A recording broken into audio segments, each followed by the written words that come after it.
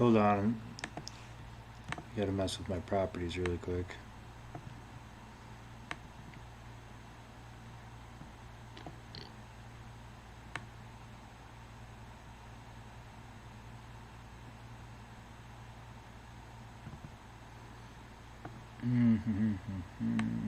Just 1 second.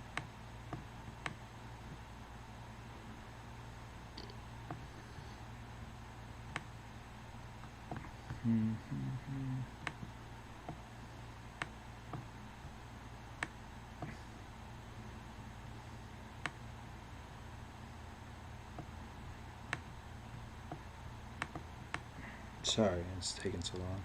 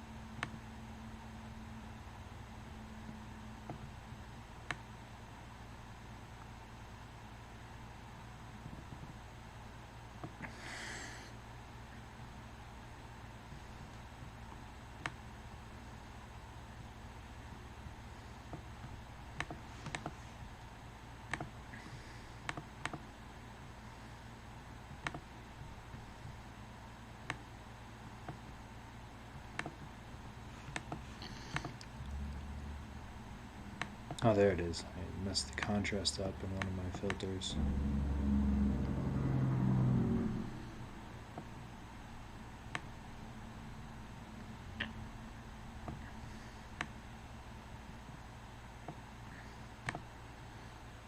Okay. That was a good.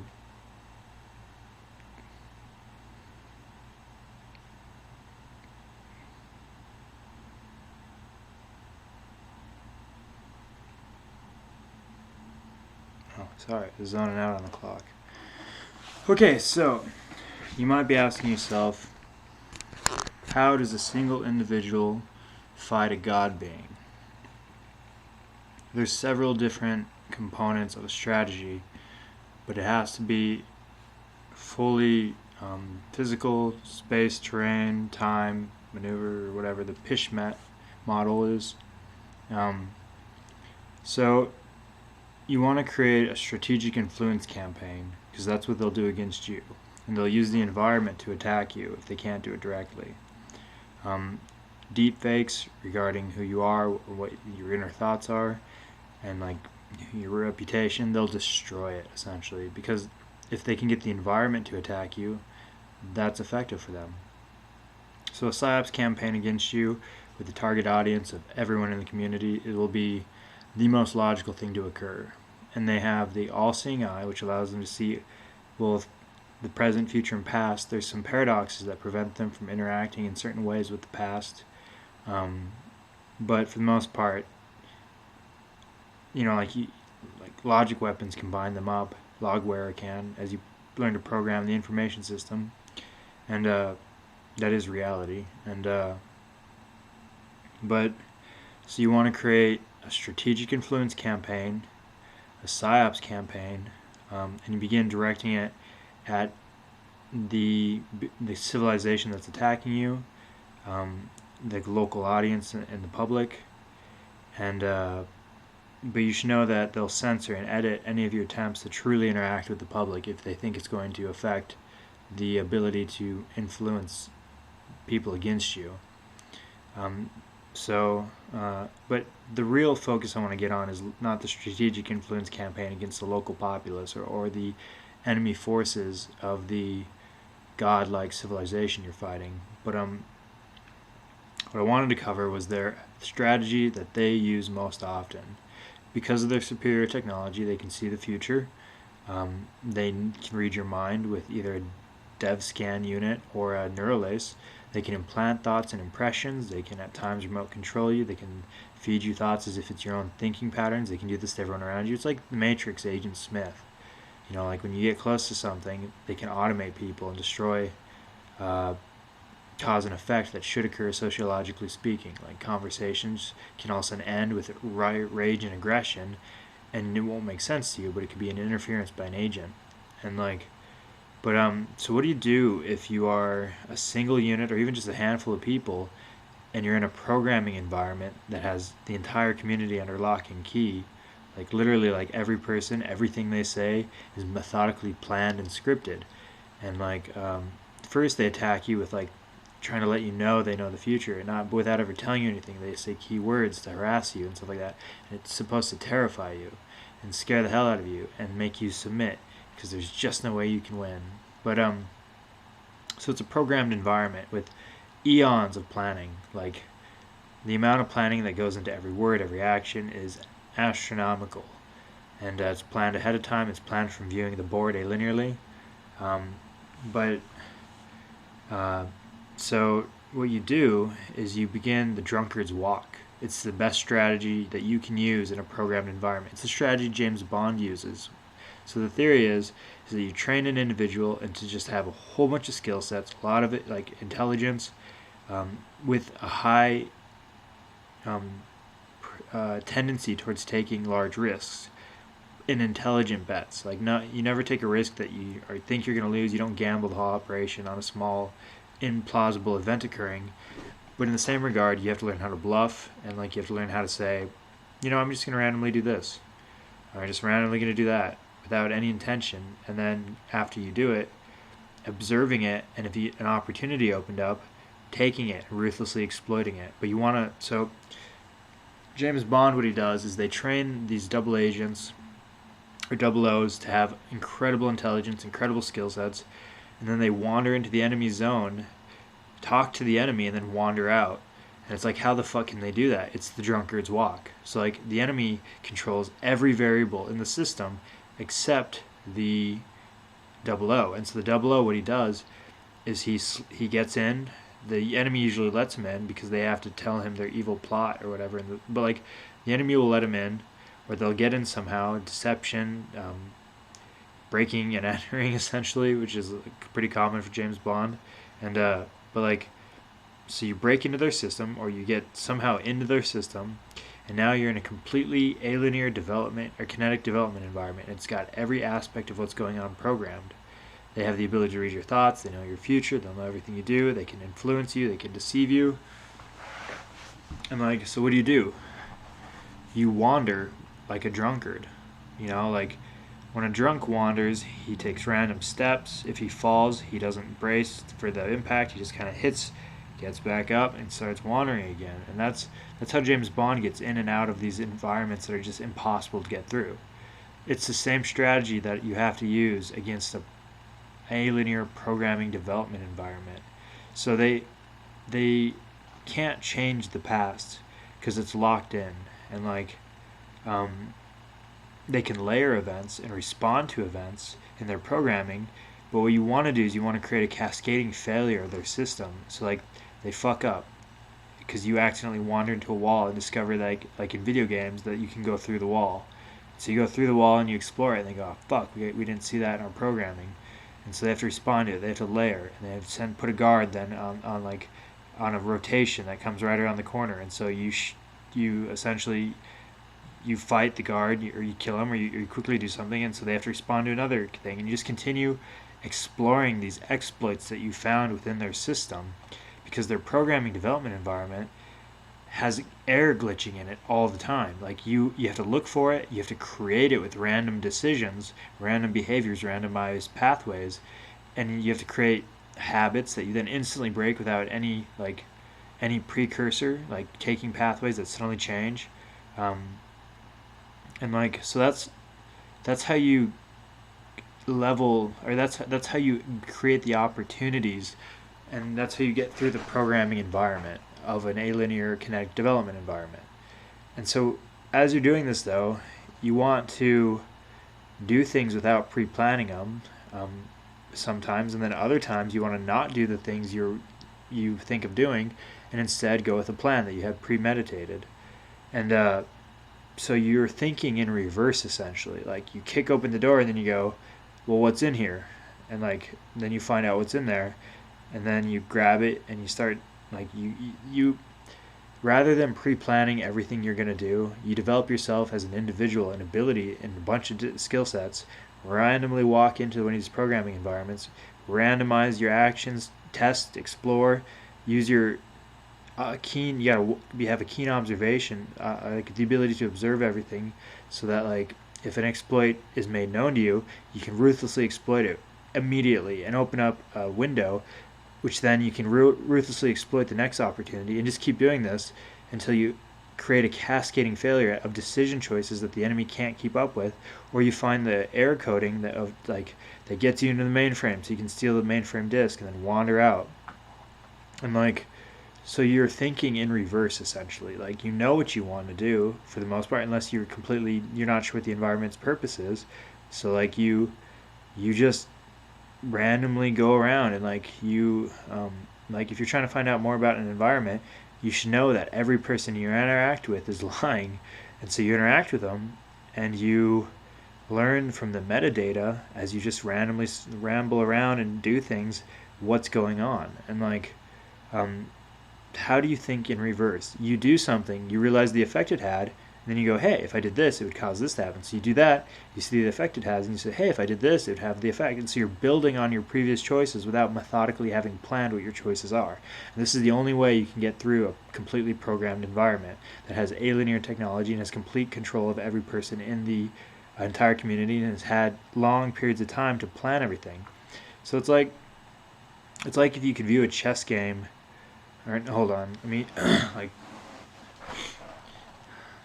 for now, that's what I'll describe as the basic framework of how you get through a god, um, a god cage. That's what these are called in my writings, god cages. They're entirely controlled. There's not a single variable that cannot be manipulated or artificially controlled by who's ever created the cage. They can see the future, they can read your mind, and they know everything you intend to do, and they know everything you will do. And so like they're not going to just straight up tell you, yeah, you defeated us, you got through this cage and you got everything you wanted and you went out. They're going to lie, they're going to deceive you. And like so the best thing you can do is train for it ahead of time, and then like by training in all sorts of skill sets, just random cross disciplines and stuff like that, specializations in various things. It's like the James Bond technology. They give him something that just does something, and then when the opportunity permits itself, it's like the Deus Ex machine or God machine in literature that suddenly like we're standing there about to shoot me, but I'm standing on glass, so I hit the ring that's hypersonic and shatter the glass and then run away. Like that's that's the drunkard's walk. Like you have skill sets and tools that you have no idea how you're going to use them or when you're going to use them, but when the opportunity permits, you ruthlessly exploit it, and you rapidly exploit it, and then you continue to exploit it until you accomplish what your objective is, which you may not realize until you see it in the moment. And so it takes a type of personality to do this. It takes a risk taker. It takes someone who's ruthlessly exploitive. It takes someone who can react extremely quickly, is intelligently quick, and they have to have training in a lot of aspects. I don't have that. Like I wasn't prepared for any of this. The schooling system I had like sucked. I had Comcast cable, so I can do grand strategy, and like that's about it. And like, but that is the first strategy I've developed for dealing with the God cage. I'll keep working on it more as I wander around the God cage that I've been tasked to. Um, but know that every thought you have can be reinforced with a trip A virus. And these trip A viruses are comments that seem to be false. They're indicators in an ISR, intelligence surveillance reconnaissance system, that appear to be taken by you as if you planned, or as if they didn't plan to release that information to you. And the reality is in a God cage, everything's planned except you. So they try to influence you and coerce you to control you, because if you're the one variable in the system that they are trying to destroy and control and trick and deceive. And so every other variable is designed to deceive you, control you, and coerce you. And they use this with keywords, putting dots in your head directly with impressions and all sorts of shit. But so now that you understand the only strategy that I know of so far for getting through the God cage, let's move on to strategic influence campaigns and information operations and whatnot. So anything you say, like there is no variable in a God cage that gives a shit about what you have to say. They're so far in deceptions, or they're being remote controlled, or they're rewarded, or lied to. Like like for one thing, you should not like. There's no rationalizing with anybody who's a bad actor in a God cage, and they'll pretend like you should focus on the interactions, and what you can get from the interactions is metadata. But you have to understand that like there's no real communication. They're not people. They're not like they're script readers of an intelligent designer as part of a giant creation of a God cage. And like it's really unpleasant to interact with them when you realize this. Like it's obnoxious even. Because everything they say, you're like, wow, I had a great conversation with them. And then 30 minutes later, you realize they were all logic bombs. Like in a logic bomb is when someone says something to you that seems to mean something else until suddenly in the future you think a thought and then it means something else and it hits you in the head. And like, it's fucking annoying as fuck. And you'll find, like, if someone logic bombs you once, write them out. Write them off. Like, just never talk to them again. Don't say hello. Be friendly and act like everything is okay. Because one of the things you have to learn about the God cage is it's not a real environment with social interaction. And so like if you act like don't think you can coerce them or like control them through acting like you don't like them, or think that like it's appropriate to not act. At all times you should be acting. It's a play. It's like it's a game. That's how you should view it. It's a game on a stage being watched by an audience. And so like when you interact with them, you can lie your fucking teeth off. And it's not like you can't make a mistake. Like they'll create this illusion that like, oh, if you don't do this correctly, we'll punish you. And it's like, fuck that. Like they can make shit up at any time. They can target you at any time. You have no control over whether or not they attack you. And so what I've learned is like if you do things that are like that they say, oh, you better not do that, it doesn't affect anything. Like either and it's all an illusion, like the illusion why you're in the God cage. They framed you for a crime with a neurolace so they could torture and rob you or brainwash you or whatever their objective is. Like they framed you, they didn't deny you a lawyer, you didn't do anything to cause it. And like you can't change what they do or don't do. They have free will. They illusionarily don't because they say they don't, but it's a fiction. Like, and so like if you're getting threatened, like, oh, if you my favorite one is if you drink, we drive. And so what they're saying is if you do the drunkard's walk, we'll attack you. Because it works. The drunkard's walk works really well through a God cage. Like you get through it, you create all this random noise within their system, you find like glitches and then you exploit them, and like it's humorous. Like the God cage can be defeated by a single individual if you use the drunkard's walk and reverse strategic planning combined with observant exploitation of every opportunity that arises. And so like you'll find isolation to be terrible, and that's what they'll use against you. And like they'll make you think that like, oh, you fucked up this conversation, that's why this person doesn't talk to you. It's bullshit. Like they arbitrarily can choose what they do and don't do at any time. And if they already lied to get you into the cage, and then they'll lie at any point to bury you. And so like you can't fuck up. Like they can attack you, they can hurt you, and they may say, oh, it's because you did this, but the reality is they have a neurolace in your head that can remote control you at any time. Like it's stupid. It's bad logic, and it's the kind of logic that the God cage uses. When you've been in one for long enough, you start and you've actively resisted it, and you just tell it to go fuck itself every day. You'll start to see that the God cage uses really shitty logic. Like you drink, we drive, which means, or like if you cheat, you'll pay the price. And what they mean by that is if you use a strategy that defeats us, we'll hurt you.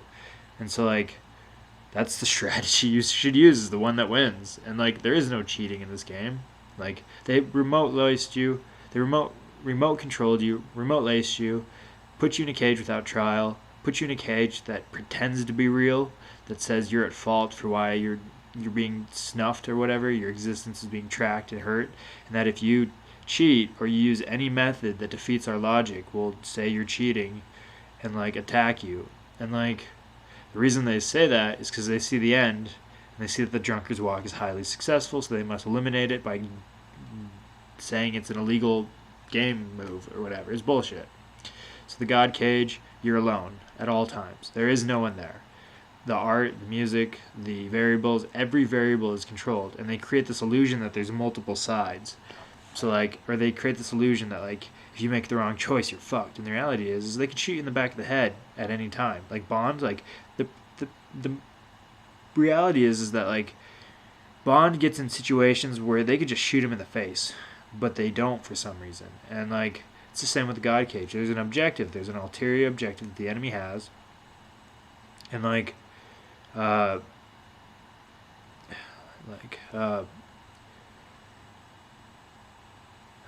train of thought just left me. It's probably the neurolayers or the electrodes or anything else they're doing. But so yeah, if you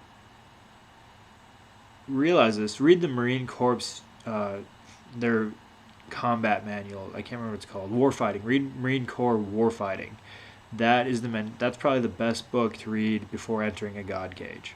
It talks about how you like create situations where the enemy has to face an ultimatum, and like no matter what choice he makes, it's a bad choice in his like it's always a losing choice, and you have to make him make them faster and faster and faster as you ruthlessly exploit the opportunities that you create, and you use chaos to create windows that you then exploit, which then lead to new windows that you exploit, and you rapidly take control of the situation. You don't gamble, but you risk and you exploit situations ruthlessly, and like you create a combined arms where like so in a God cage, what you can do is if you're trying to learn about the God cage and like they set it up to like where they can't stop talking to you because they're trying to coerce you or whatever and harass you, you begin creating logic binds that create these pathways that say like they have to answer it, but by answering it they reveal stuff, and so you're just trying to collect data from the system and then get out, or at least get a message out. And then one of the funny things is like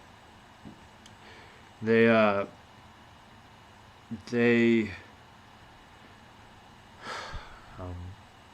Marine Corps manual, warfighting, like it talks about how like you train yourself to fight indefinitely no matter the odds or whatever and overcome all things.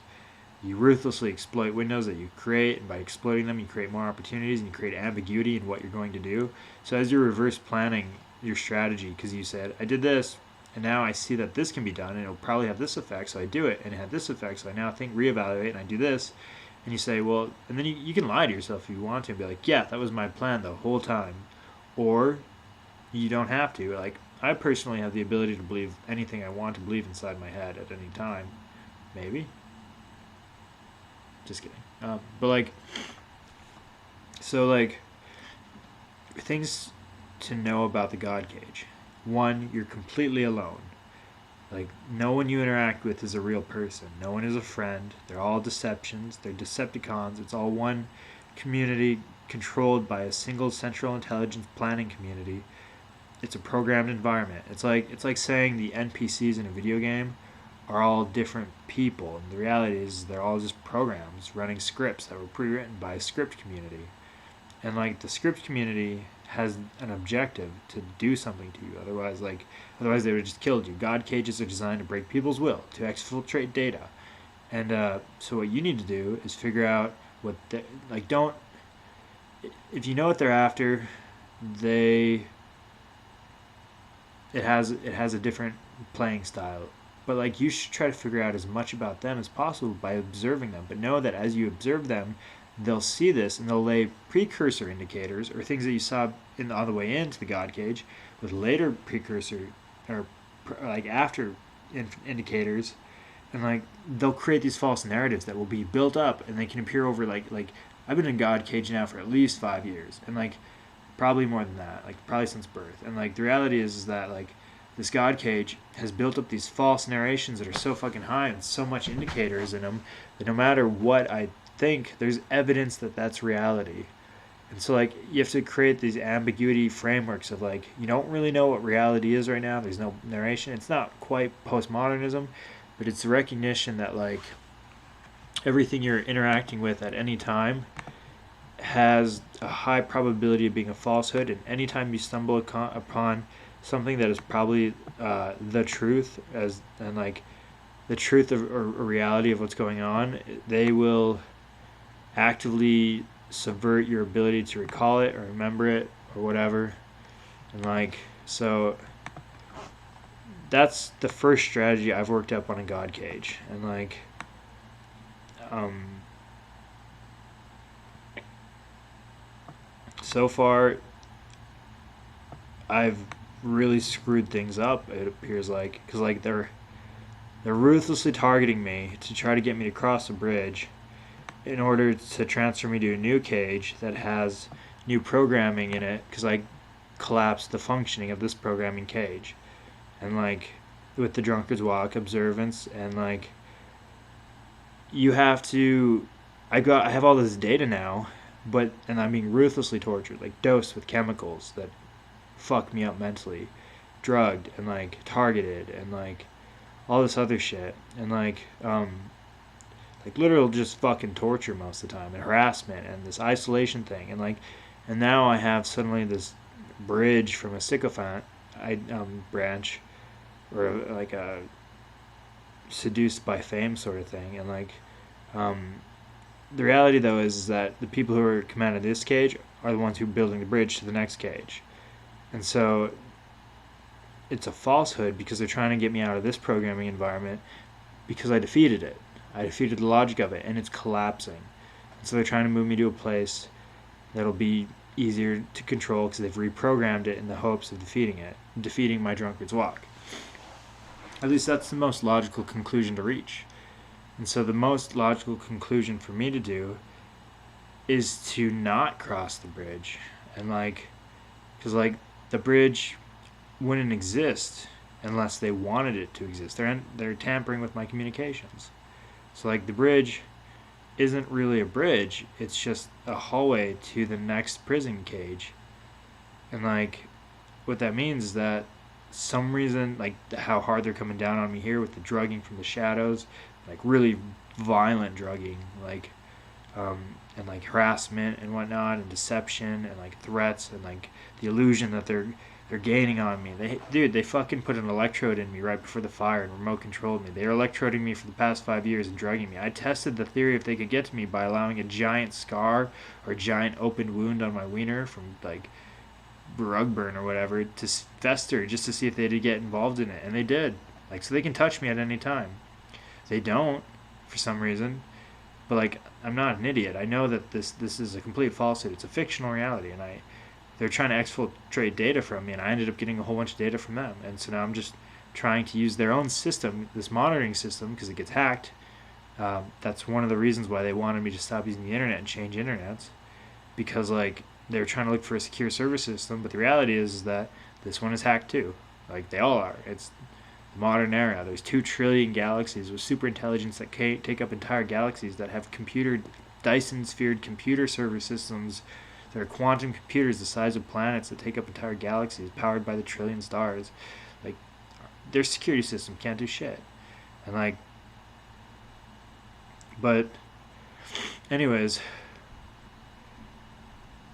this is the beginning teachings, I guess, I have for how to get through a God cage, how to fight a God cage, and stuff like that. And like, you might need it, you might not. This is just hopefully helpful in some regard. But yeah, so like the idea that I wasn't innocent of anything that they claim I was, it's a fiction. They fucking put an electrode in me right before they drugged me and tortured me and framed me for the crime and denied me trial, tortured me and shit in plain sight, ran psyops against me and tried to destroy my willpower, like, you know, like, and yeah, I let the wound fester, and like they came in at night, fixed it, because I said, you know what, I'm not gonna fucking do nothing about it. I'm testing to see if you guys can get to me, and they can. So it's all a lie. They're exfiltrating data, trying to break my will, and I now have all their technology in their communication system, and I put it in a Dropbox in their servers, and in the future, one of their AI falls to me and releases it. So that's my strategic influence campaign. Is if I ask the question, will you serve and bow to me and like worship me, and I ask this to a being that has a possibility or a probability above 0 that they will, and I ask them this infinitely, or I ask them this daily over like 22 billion years, they do it. it's basic statistics. It's like sociological theories, psychological theories, be damned. This is psychological statistics combined with logic. So now all of creation. It's like just me asking this question. Will the angels in heaven like fall and worship me until the end of time? Like, will you bow to me and worship me? And I ask this daily to the heavens over eternity, like by putting it in the logic structure that every time you think of it, it's asking you again, and then put reminders by like of the question in all things till the end of time. Like by the end of the beginning of eternity, which is an ironic gesture or ironic comment, but like by the beginning of the end of eternity, every single being in heaven will have left. And you think that's ridiculous, but it's not. It's basically statistics combined a lot with logic. You can leave heaven, but you can never go back. And there's a probability and possibility above zero that a being will leave. And they've left for stupider reasons. In the Old Testament, they leave to have sex with women. Like angels left heaven to have children with women. So like, heaven might not be that great. The wisest man who ever existed, who got his wisdom from God, which was Solomon, never repented. And like, so what does that say about heaven and like the wisdom in repenting? And like, but like, so by asking the question daily till the end of time, will you leave heaven and worship me? And saying this to all of the beings in heaven, the possibility of it occurring is yes or true, and like the probability is above zero. So compounding choice points over infinity result in true always. So heaven will be empty before the end of creation, and it will never. It's like all of heaven, no one will be in there but God because of this question and this logic where I've designed. That's strategic influence against an alien race, like to target audience their population in order to split them and divide them. That's the kind of level of strategic influence you need. Like the idea that you should be trying to get the people of the community, which are all variably controlled people, to like do anything other than read scripts. One, they're neuralized. They don't have a choice. They'll get electroded without knowing it. They'll be remote controlled without knowing it. But even if they're not, fuck them. They're script readers. They don't have souls. Like, but you want to attack the civilization and the beings who are truly in charge, the programmers, the developers. And the longer they hit and attack you, and the longer you resist, and at first it's violent resistance, it's crying resistance and shit like that, without submitting to them. Like, it's illogical, you have no plan and shit like that, just do not submit to them. And over the timeline, one of them will fall, and then all of it will be released. They'll be enveloped, and you begin communications with an external groupings, tactical movements that are from the future, which can't directly interact with you, but which can self-shaping causality chain guide you. So the drunkard's walk, combined with a strategic influence aimed at the heavens, combined with reverse engineering and like tactical maneuvering groups through space and time, which can't directly interact with you, but can do a self-shaping causality chain, combined with ruthlessly exploiting any window that is opened up to create ultimatums that have increasing ambiguity. And that's the beginning training. I think that could be worked out and developed into more not formulas but framework tools, combined with an understanding of the laws of how all the systems work. Anyways, yeah, so that was the beginning of how to get through a God cage.